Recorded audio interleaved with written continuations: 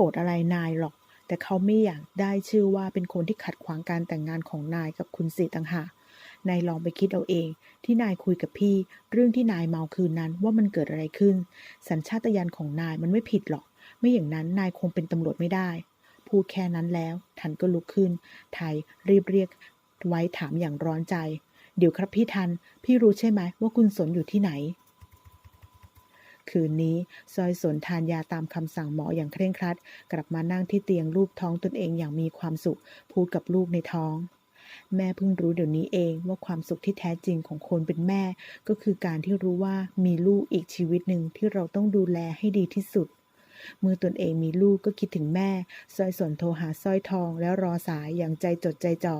สร้อยทองเห็นเบอร์ที่โชว์หน้าจอไม่คุ้นแต่ก็รับสายพอรู้ว่าสร้อยสนโทรมาก็ประชดเสียงกระด้างอ้าวแกเองเหรอนางสนยังไม่ตายหรือไงไม่รอชาติหน้าค่อยโทรมาล่ะ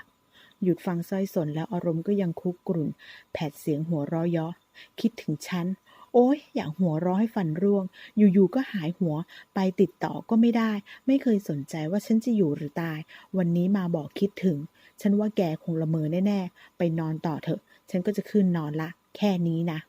สร้อยทองตัดบทวางสายยังไม่มีเยื่อใยเข็นหัวเราะเยาะสงสัยมันคงไข้ขึ้นแน่ๆพอสร้อยทองลุกจะเดินขึ้นชั้นบนเสียงโทรศัพท์มือถือก็ดังขึ้นอีกหยิบดูเห็นเป็นเบอร์ของเสียนพก็รีบกดรับทักทายอ่อนหวาน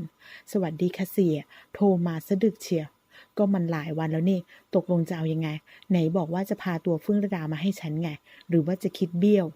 ใจเย็นๆค่ะเสียของแบบนี้ก็ต้องให้เวลากันหน่อยหยุดฟังปลายสายแล้วตกใจรู้แล้วค่ะฉันรู้แล้วฉันจะเอาตัวเฟื่องระดาไปให้เสียให้เร็วที่สุดค่ะสวัสดีค่ะแต่พอวางสายก็ด่าไอ้เวนเก่งแต่ขู่สร้อยทองกระแทกตัวนั่งสีหน้าครุ่นคิดกวินกับการดาพาเฟื่องระดาไปทานอาหารร้านบรรยากาศดีและคนไม่มากนักแต่สั่งอาหารแล้วเฟื่องระดากลับมองอาหารบนโต๊ะเบื่อกวินทักว่าระดาไม่ค่อยทานเลยจะสั่งอะไรเพิ่มไหมเฟื่องระดาบอกว่าตนไม่ค่อยหิวกวินพูดอย่างเข้าใจความรู้สึกของเธอว่าคุณทันเขาคงงานยุ่งจริงๆถึงไม่ได้มารับระดาแต่เขาก็ห่วงนะไม่อย่างนั้นจะให้หมวดไทยมารับแทนหรอ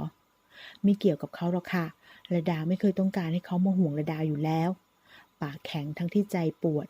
พอดีพนักงานมาเสิร์ฟอาหารการดาชวนขำๆว่าดื่มอะไรแก้เซ็งหน่อยไหมเฟื่องระดาตอบรับทันทีกวินท้วงติงว่าอย่าเลยไม่ดีหรอกแต่การดาบอกว่านานๆทีเราก็โตแล้วและพี่วินก็อยู่ด้วยจิบกันคนละนิดละหน่อยพอให้ระดาหายเซ็งเท่านั้นแต่คุณทันเขาจะตำหนิเอาได้อย่าเลยไม่เห็นต้องไปสนใจเขาเลยค่ะดื่มแค่นิดๆหน่อยๆแบบที่ยายการดาว่าเขาไม่รู้หรอกค่ะเขาไม่ได้สนใจระดาขนาดนั้นพูดแล้วเฟื่องระดายกมือเรียกพนักงานมาสั่งเบียร์ทันทีกวินได้แต่มองอย่างไม่สบายใจแต่เอาเข้าจริงเฟื่องระดาก็ดื่มจนเมาเดินไม่ไหวการดากับกวินต้องประคองมาขึ้นรถให้นอนพักที่เบาะหลังการดาถูกพี่ชายดุว่ายุกันดีนักการดาบอกว่าไม่คิดว่าระดาจะดื่มขนาดนี้ห้ามก็ไม่ฟังเมาขนาดนี้พาระดาไปส่งบ้านได้ยังไงกวินกังวลการดาให้รอจนสางเมาก่อนแล้วค่อยพาไปส่งคออ่อนแบบเนี้ยไม่สางง่ายแน่แล้วนี่ก็ดึกมากเลยด้วยเอางี้นะน้องจะโทรไปบอกคุณทันว่าระดาอยากค้างกับน้องแต่ไม่กล้าบอกคุณทันดีไหมพรุ่งนี้ตื่นมาสางเมาแล้วค่อยพาไปส่งก็ไม่มีทางอื่นแล้วนี่ขืนกลับไปในสภาพนี้ระดาต้องโดนคุณทันตำหนิแน่ๆโอเคงั้นก็ตามนี้นะสองพี่น้องเห็นพ้องกันเพราะไม่อยากให้เฟื่องระดาถูกทันตำหนิดึกแล้วดวงใจกับสานั่งดูโทรทัศน์ที่ห้องโถงทันเดินออกมาจากห้องทำงานดวงใจทักว่ายังไม่ขึ้นห้องอีกเหรอทันบอกว่าอีกสักครู่ข้างนอกอากาศดีจะไปเดินเล่นสักหน่อยแต่ไม่ทันออกไปโทรศัพท์มือถือก็ดังขึ้นทันเอาออกจากกระเป๋ากางเกงมากดรับฮัลโหลอ๋อการดาว่ายังไงก็ได้ฉันอนุญาตฝากเฟื่องระดาด้วยก็แล้วกันนะแต่ทำไมเขาไม่โทรมาเองล่ะดวงใจแว่วๆว่าทันฝากเฟื่องระดากับการดาถามอย่างเป็นห่วงว่ามีอะไรหรือเปล่าไม่มีอะไรหรอกครับการดาเพื่อนของเฟื่องระดาเขาโทรมาขออนุญาตให้เฟื่องระดาค้างกับเขาที่บ้านเฟื่องระดาก็คงอยากจะค้างแต่ไม่กล้าขอเองเลยให้เพื่อนโทรมาอ๋อคงเป็นคนที่ป้าเจอวันนี้ที่โรงพยาบาลมาเยี่ยมคุณครูระดากับพี่ชายท่าทางสนิทกันนะคะเห็นคุณครูระดาดีใจใหญ่ที่เพื่อนมาเยี่ยมเขาต้องดีใจอยู่แล้วทันพูดประชดโดยไม่รู้ตัวแล้วขอตัวไปนอนบอกว่าไม่รอแล้ว อ๋อสาพูดเบาๆกับดวงใจที่แท้คุณทันมาเดินวนไปเวียนมาก็เพราะรอคุณครูรดานี่เองน่ารักนะฉันอยากมีแฟนน่ารักแบบคุณทันบ้างจังป้าว่าฉันจะมีวาสนาแบบเขาบ้างไหมดวงใจมองหน้าสาอย่างพิจารณาและบอกว่ามีสิดูจากโง่เฮงแกต้องมีแน่ๆสาดีใจถามป้าดูเป็นด้วยเหรอเมื่อไหร่ละป้าชาติหน้าไงดวงใจตอบแล้วเดินไปเลยสาหน้างำมองตามดวงใจทำปากขมุบขมิบพอทันกลับเข้าห้องทำงานเปิดประตูกลางมองไปที่เตียงแล้วสีหน้าแววตาน้อยใจเดินไปนั่งที่เตียงรูปหมอนที่เฟื่องระดานอนหนุนทุกคืนถอนใจพึมพำเธอคงอึดอัดใจเต็มที่แล้วใช่ไหมเฟื่องระดาที่ต้องอยู่กับฉันทันนอนก่ายหน้าผากในที่เฟื่องระดานอนเหมือนกำลังตัดสินใจอะไรสักอย่างเฟื่องระดาตื่นแต่เช้าลุกขึ้นนั่งกุมหัวงงๆเห็นการดานอนหลับปุ๋ยอยู่ข้างๆก็เขย่าตัวเรียกการดางวงเงียพูดทั้งที่ยังหลับตาอะไรของแกคนจะนอนเฟื่องระดาเขย่าตัวไม่เลิกบอกให้ตื่นขึ้นมาพูดกันให้รู้เรื่องว่าเรามานอนกันที่นี่ได้ยังไงพอการดาเล่าให้ฟังว่าเธอเมามากตนกับพี่วินเลยต้องพามานอนที่นี่เพราะขืนพาแกไปส่งบ้านแกมีหวังโดนคุณทันเชือดแน่เฟื่องระดาลุกพรวดจากเตียงการดาถามว่าแกจะรีบไปไหนก็กลับบ้านนะสิป่านนี้คุณทันป่านนี้ป้าใจกับพี่สาคงเป็นห่วงฉันแย่แล้วการดาบอกว่าเดี๋ยวค่อยไปก็ได้เพราะตนโทรขออนุญาตคุณทันให้เรียบร้อยแล้วเฟื่องระดาถามเร็วปือว่าแล้วคุณทันเขาว่ายังไงเขาก็ไม่เห็นว่าอะไรฉันโกหกไปว่าแกอยากนอนเมาส์กับฉันสักคืนเขาก็อนุญาตแถมยังฝากให้ฉันดูแลแกให้ดีด้วยเฟื่องระดาเดินอ้าวไปหยิบผ้าเช็ดตัวแล้วจึงบอกขอยืมก่อนและให้การดาช่วยโทรเรียกแท็กซี่จากศูนย์ให้ด้วยย้ำว่าเร็วๆนะแล้วรีบไปเข้าห้องน้ำเลยการดามองตามพรวมพำขำๆก่อนหยิบโทรศัพท์เรียกแท็กซี่แกกลัวคุณทันเขาห่วงแกหรือว่าแกห่วงเขากันแน่ไอ้คนปากกับใจไม่ตรงกันเช้าวันเดียวกันทันลงมาที่ห้องโถงรู้จักสาว่าลูกแก้วยังไม่ตื่นเขาบอกสาว่าไม่ต้องปลุกเพราะวันหยุดยาวแบบนี้ให้นอนเต็มที่และตนก็จะรอทานอาหารเช้าพร้อมลูกแก้วก็แล้วกันแต่พอทันมองไปที่ประตูเข้าตึกก็ชะงักเมื่อเห็นมนทิราเดินเข้ามาสาชะงักสีหน้าไม่ค่อยพอใจทันจึงบอกสาจะทำอะไรก็ไปทำเถอะก็พอดีมนทิราเดินมาถึงเธอบอกทันว่ามนมีเรื่องจะคุยด้วยไปคุยกันที่หน้าตึกดีไหมข้างนอกอากาศดีพูดแล้วทันเดินนำไปเลยสามองตามพึมพำยังจะมีหน้ามาอีกเมื่อออกมานั่งกันที่โต๊ะสนามหน้าบ้านทันมองมนทิรานิ่งๆเธอนั่งอึดอัดอึกอักจนทันเอ่ยเสียงอ่อนโยนว่ามีอะไรอยากพูดกับตนก็พูดได้เลยเดี๋ยวลูกแก้วตื่นมาเจอเธอก็จะชวนไปเล่นกันอีกมนทิราถามอย่างไม่แน่ใจว่าเขายังอนุญาตให้ตนเจอกับลูกแก้วอีกหรอทันถามว่าทำไมจะเจอไม่ได้เพราะลูกแก้วรักเธอมากมนทิราอ้อมแอมว่าแต่เรื่องที่เกิดขึ้นทันบอกว่าลูกแก้วไม่รู้อะไรมากไปกว่าเธอพาไปเที่ยวทะเลมนทิราร้องไห้ออกมาอย่างกลั้นไม่อยู่บอกว่าที่ตนมาก็อยากจะขอโทษเขาจริงๆทั้งด่าและตำหนิตนเองว่ามนเหมือนบ้ามนเลวมากที่คิดทำแบบนั้นกับลูกแก้วมนไม่ได้ต้องการให้คุณยกโทษให้คุณจะตบจะตีจะด่าจะว่าอะไรมนได้ทั้งนั้นมนเธอสะอื้นจนพูดไม่ออกพอเถอะคุณมนลูกแก้วก็ไม่ได้เป็นอะไรเรารู้จักกันมานาน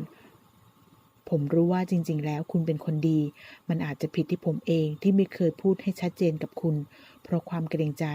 ก็เลยทำให้คุณเข้าใจผิดและมีความหวังในตัวผมมาโดยตลอดมนทิราอึ้งทั้งที่น้ำตายังไหลทันจับไหล่ทั้งสองข้างของเธอให้หันมาเผชิญหน้าพูดจริงจังอบอุ่นเรามาเริ่มกันใหม่ดีไหมครับขอให้คุณเป็นน้ำมนต์ที่รักลูกแก้วเหมือนเดิมและเป็นเพื่อนที่ดีของผมตลอดไปมนทิรายิ้มทั้งน้ำตาโผกอดทันพูดจากใจจริงตกลงค่ะขอบคุณมากนะคะทันโอบกอดมนทิราด้วยความโล่งใจแต่ที่หน้าบ้านเฟื่องระดามาถึงเห็นภาพนั้นพอดีเธอหันกลับขึ้นแท็กซี่ไปทันทีเฟื่องระดาว้าวุ่นสับสนทั้งโกรธและน้อยใจระคนกันคิดอย่างรับไม่ได้กับความจริงที่เห็นคุณคงรักคุณมนมากสินะขนาดเธอคิดร้ายกับลูกแก้วแบบนี้คุณก็ยังให้อภัยเหมือนไม่มีอะไรเกิดขึ้นเลยจนแท็กซี่หันมาถามว่าตกลงจะไปไหนจึงรู้สึกตัวรีบขอโทษบอกให้ไปที่รามอินทราก็แล้วกันเฟื่องระดากลับไปที่บ้านตนเองหงอยๆสร้อยทองดีใจมากถามว่า ลมอะไรพัดระดามาหาน้าใจตรงกันเลยเพราะน้าก็กำลังจะไปหาระดาอยู่พอดีระดาไม่รู้จะไปไหนค่ะน้าสร้อยคะระดาคิดถึงพ่อระดาอยากกลับมาอยู่บ้านเรามีเรื่องอะไรทะเลาะกับคุณทันเหรอสร้อยทองเข้าไปกอดถามเฟื่องระดาสายหน้าแต่น้ำตาไหลไม่เป็นไรถ้ายังไม่อยากเล่าก็ไม่ต้องเล่าระดาคิดถูกแล้วละจ้ะมีปัญหาก็กลับมาหาน้ายังเป็นที่พึ่งให้ระดาได้เสมอนะเฟื่องระดาขอบคุณแล้วขอขึ้นไปที่ห้องนอนตนเองสร้อยทองมองตามกระหยิ่มพึมพำทำไมโชคถึงเข้าข้างเราขนาดนี้นะเนี่ยพรางหยิบโทรศัพท์มือถือจากกระเป๋าย่องออกไปหน้าบ้านโทรบอกเสียนพทันทีเสียนพชมว่าทำงานได้ดีมากแต่ตอนนี้ตนกำลังจะไปพบผู้ใหญ่ที่ต่างจังหวัดสร้อยทองกลัวเสียโอกาสทองบอกเสียว่าต้องรีบเพราะถ้าเฟื่องระดากลับไปบ้านทันแล้วทุกอย่างจะยิ่งยากฉันรู้แล้วเอาอย่างนี้พยายามถ่วงเวลาเอาไว้ก่อนยังไงคืนนี้ฉันจะไปแน่นอนแต่ถ้าฉันไปแล้วไม่เจอเฟื่องระดาฉันจะเอานิ้วแก่ทั้ง10 นิ้วกลับมาแทนพูดแล้วเสียตัดการติดต่อขึ้นรถไปเลยสร้อยทองมองโทรศัพท์ในมือด่าตามเคยไอ้เลวดีแต่ขู่รอให้เคลียร์หนี้รอบนี้หมดก่อนเถอะสร้อยทองมองขึ้นชั้นบนที่เฟื่องระดาอยู่คิดแผนที่จะดึงเฟื่องระดาไว้จนกว่าเสียนพจะมาเพื่อเอาตัวรอดคืนนี้สร้อยสนกำลังทำงานที่ห้องครัวอาหารไทยเธอตกใจเมื่อจู่ๆผู้จัดการก็เข้ามาถามเสียงดังว่าใครเป็นคนทำข้าวผัดทะเลรวมมิตรฉันเองค่ะลูกค้าอยากพบซอยสนงงหันไปหยิบ iPad ห้องอาหารที่มีการบันทึกออเดอร์ยื่นให้ผู้จัดการดูพลางอธิบายมีอะไรคะฉันก็ทำตามออเดอร์ทุกอย่างลูกค้าอยากให้ทำข้าวผัดรูปหัวใจรอบๆตกแต่งด้วยผักสลักเป็นรูปดอกไม้ฉันก็ทำตามทุกอย่างนะคะผมก็ไม่รู้คุณออกไปพบลูกค้าหน่อยก็แล้วกันพอซอยสนรับคำขยับจะไปผู้จัดการย้ำว่าจำไว้นะไม่ว่าลูกค้าจะว่าอะไรก็ต้องฟังอย่างเดียวเท่านั้นฉันรู้ค่ะผู้จัดการไม่ต้องห่วงซอยสนรับคำสีหน้าไม่ค่อยดีถอดหมวกเชฟผ้ากันเปื้อนแล้วออกไปกับผู้จัดการเมื่อไปถึงห้องอาหารไทยซอยสนชะงักแปลกใจที่ไม่มีใครอยู่เลยนึกว่าลูกค้าอาจโกรธเลยอาละวาดไล่ออกไปหมดสูดลมหายใจลึกๆให้กำลังใจตนเองเดินตรงไปที่โต๊ะมุมห้องเห็นจานอาหารยังวางอยู่แต่ไม่มีลูกค้าซอยสนมองจานอาหารที่ตกแต่งอย่างสวยงามตามออเดอร์พลันก็ชะงักเมื่อเห็นแหวนเพชรวงเล็กๆวางอยู่กลางหัวใจเอะใจหยิบขึ้นมาดูพลันเสียงไทยก็ดังขึ้นจากข้างหลังแต่งงานกับผมนะครับคุณสนซอยสนตกใจหันไปถูกไทยสวมกอดทันทีซอยสนอุทานหมวดผมรู้เรื่องหมดทุกอย่างแล้วยกโทษให้ผมนะที่ผมล่วงเกินคุณคืนนั้นซอยสนขอร้องให้เขาปล่อยคุณจะไม่ยกโทษให้ผมหรอครับคุณทำแบบนี้ได้ยังไงคุณไม่จำเป็นต้องมารับผิดชอบฉันเพราะความเมากลับไปหาคุณสิเถอะค่ะพูดแล้วเบี่ยงตัวพลุนพลันจะไปเดี๋ยวครับคุณสนทายรีบตามไปผู้จัดการกับพนักงานที่ซ่อนอยู่โผล่ออกมาพนักงานถามผู้จัดการว่าทำไมไม่แฮปปี้เอนดิ้งเหมือนในละครผู้จัดการพูดไม่ออกได้แต่สายหน้าแบบไม่รู้เหมือนกันซอยสนวิ่งไปยืนร้องไห้ใต้ต้นไม้ที่ชายหาดทายตามไปเธอเช็ดน้ำตาทำเสียงเข้มแข็งบอกให้เขากลับไปเถอะทำไมคุณพูดง่ายๆแบบนี้แล้วคุณล่ะคะทำไมคุณถึงทิ้งคุณสิง่ายๆแบบนี้ถ้าจะบอกเพื่อจะมารับผิดชอบฉันแล้วก็ฉันไม่ต้องการค่ะคุณควรจะคิดถึงใจคุณสิบ้างว่าเธอจะคิดยังไงซอยสนจะเดินหนีอีกทายรีบรวบตัวกอดไว้พูดจริงจังฟังผมดีๆนะคุณสนผมกับสีเลิกกันแล้วซอยสนสะบัดหลุดก็ตบหน้าไทยอย่างแรงประณามว่าคุณเป็นผู้ชายที่แย่มากไทยอึ้งแต่ก็พยายามบอกว่าเธอเข้าใจผิดเพราะตนกับสีเลิกกันแล้วเพราะสิริโสภามีคนอื่นซอยสนตกใจถามว่าอะไรนะ